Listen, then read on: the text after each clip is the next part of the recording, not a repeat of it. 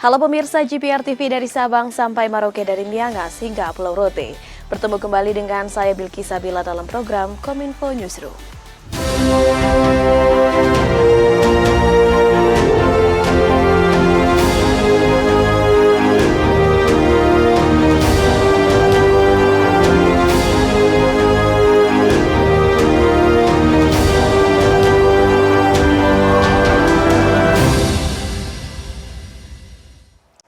Pemirsa, inilah Kominfo Newsroom selengkapnya. Presiden Republik Indonesia Joko Widodo melantik Kepala Staf TNI Angkatan Darat Jenderal TNI Agus Subianto sebagai Panglima TNI pada hari ini, menggantikan Laksamana TNI Yudo Margono yang memasuki masa purna bakti pada tanggal 26 November 2023. Presiden Republik Indonesia Joko Widodo secara resmi melantik Jenderal TNI Agus Subianto sebagai Panglima Tentara Nasional Indonesia, menggantikan Laksamana Yudo Margono yang akan memasuki masa purna tugas di Istana Negara Jakarta Pusat pada Rabu 22 November 2023. Panglima TNI dilantik berdasarkan surat keputusan Presiden nomor 102 TNI tahun 2023 tentang pemberhentian dan pengangkatan Panglima TNI yang dibacakan Sekretaris Militer Presiden Laksda TNI Harsan. Selanjutnya dengan dipandu oleh Presiden Joko Widodo, Jenderal Agus mengucapkan sumpah jabatannya untuk selalu setia kepada Undang-Undang 1945 dan menjalankan segala peraturan perundang-undangan dengan seluruh-seluruhnya demi Dharma Bakti kepada bangsa dan negara. Demi Allah saya bersumpah. Demi Allah saya bersumpah. Bahwa saya akan setia kepada Negara Kesatuan Republik Indonesia yang berdasarkan Pancasila dan Undang-Undang Dasar Negara Republik Indonesia tahun 1945 serta akan menjalankan segala peraturan perundang-undangan dengan seluruh-seluruhnya demi Dharma Bakti saya kepada bangsa dan negara. Bahwa saya dalam menjalankan tugas jabatan akan menjunjung tinggi etika jabatan, bekerja dengan sebaik-baiknya dan dengan penuh rasa tanggung jawab. Bahwa saya akan menjunjung tinggi Sumpah Prajurit.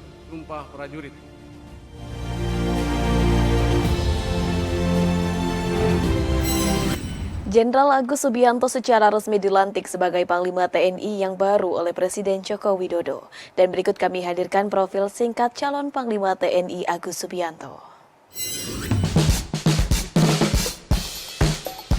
DPR RI beri persetujuan pengangkatan Kepala Staf TNI Angkatan Darat Jenderal Agus Subianto untuk menjadi Panglima TNI pada hari ini melalui sidang parlemen.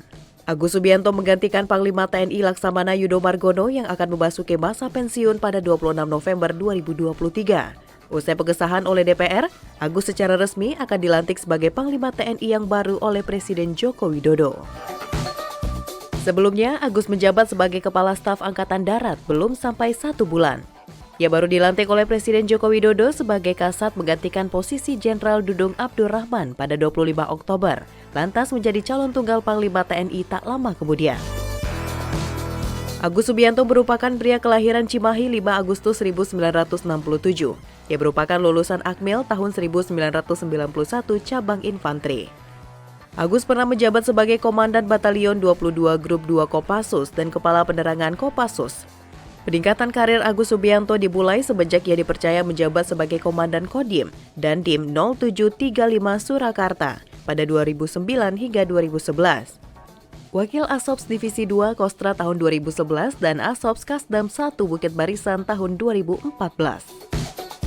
Kemudian pada tahun 2017 ia dipercaya sebagai Komandan Resimen Induk Kodam 2 Sriwijaya, Komandan Korem 132 Todolako tahun 2017, Wadan Pusenif Kodik Lata tahun 2019, Komandan Pas Pampres tahun 2020, Wakil Kepala Staf TNI Angkatan Darat tahun 2022, dan Kepala Staf TNI Angkatan Darat hingga 25 Oktober 2023. Berdasarkan laporan harta kekayaan pejabat negara KPK, Agus melaporkan harta kekayaannya sebesar 19,3 miliar rupiah per 31 Maret 2023. Beralih pada informasi lainnya pemirsa, beredar surat berisi daftar reshuffle atau perombakan kabinet terhadap 11 menteri, Panglima TNI dan Kepala BIN yang ditandatangani oleh Mensesnek Pratikno. Pratikno memastikan bahwa kabar tersebut adalah hoax dan belum ada rencana reshuffle sejauh ini. Di bawah kop surat yang beredar tertulis daftar reshuffle ke-7 Kabinet Indonesia Maju yang diusulkan oleh Presiden Joko Widodo. Terdapat pula 13 posisi dalam daftar reshuffle tersebut, yakni 11 menteri, Panglima TNI hingga Kepala BIN.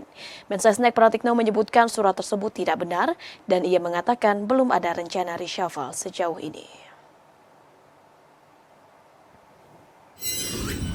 Sementara itu pemirsa, Menteri Pertahanan Republik Indonesia Prabowo Subianto menerima penghargaan militer Darja Utama Bakti Cemerlang dari pemerintah Singapura karena dinilai telah berkontribusi memperkuat kerjasama pertahanan antar dua negara. Penghargaan tersebut disematkan langsung oleh Presiden Singapura Tharman Shanmugaratnam dalam upacara di Istana Kepresidenan Singapura.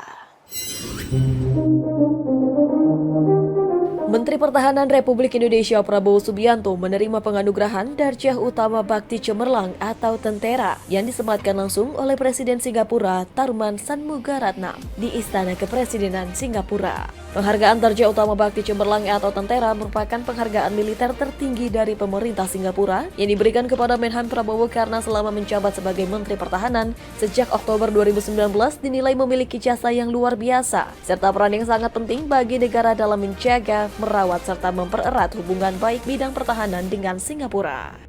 Menhan Republik Indonesia dianggap berkontribusi dalam menjaga hubungan yang baik antara Singapura dan Indonesia. Ia juga dinilai berkomitmen menjaga keamanan di regional. Melalui akun Instagramnya, Menhan Prabowo menyebutkan dirinya merasa terhormat mendapatkan penghargaan ini. Ia juga berterima kasih kepada negara Singapura yang dianggap selama ini sebagai negara sahabat. Kini Indonesia dan Singapura bersama-sama berkomitmen untuk menjaga keamanan dan perdamaian, utamanya di wilayah ASEAN. Selain itu, kerjasama itu disebut akan meningkatkan kedekatan antara TNI dan militer Singapura. Terbukti, TNI dan militer Singapura melakukan sejumlah latihan gabungan. Presiden Singapura mengatakan bahwa ini merupakan bukti pengakuan atas kontribusi Menhan Prabowo yang signifikan dalam meningkatkan kerjasama pertahanan antara Indonesia dengan Singapura. Pihak Singapura juga menilai kondisi kerjasama pertahanan kedua negara masih sangat baik dan kerjasama ini akan ditingkatkan ke bidang-bidang baru demi kepentingan bersama. Pemirsa, pemerintah akan menambah bantuan simultan perbaikan rumah rusak berat, rusak ringan, rusak sedang pasca bencana gempa Cianjur, Jawa Barat. Hal ini disampaikan langsung oleh Menteri PMK Muhadjir Effendi usai mengadakan rapat tingkat menteri di Jakarta.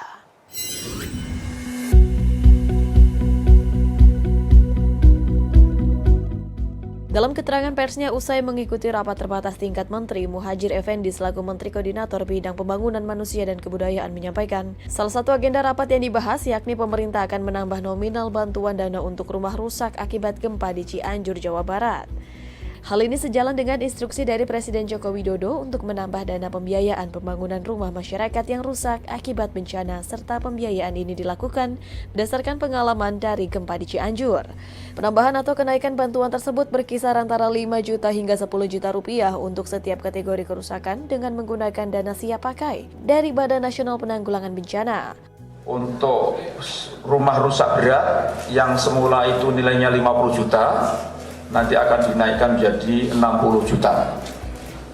Kemudian untuk yang rusak sedang dari 25 juta naik menjadi 30 juta, sedangkan yang rusak ringan dari 10 juta menjadi 15 juta. Langkah selanjutnya akan dilakukan penyusunan peraturan badan tentang standar bantuan stimulan rumah rusak pasca bencana. Dan juga akan dilakukan kajian dan analisis penentuan nilai standar insentif rumah untuk penyusunan perban. Untuk implementasinya nanti akan dikeluarkan peraturan dari Kepala BNPB. Pemirsa, usai jeda kami akan kembali dengan informasi lainnya. Tetaplah bersama kami dalam Kominfo Newsroom.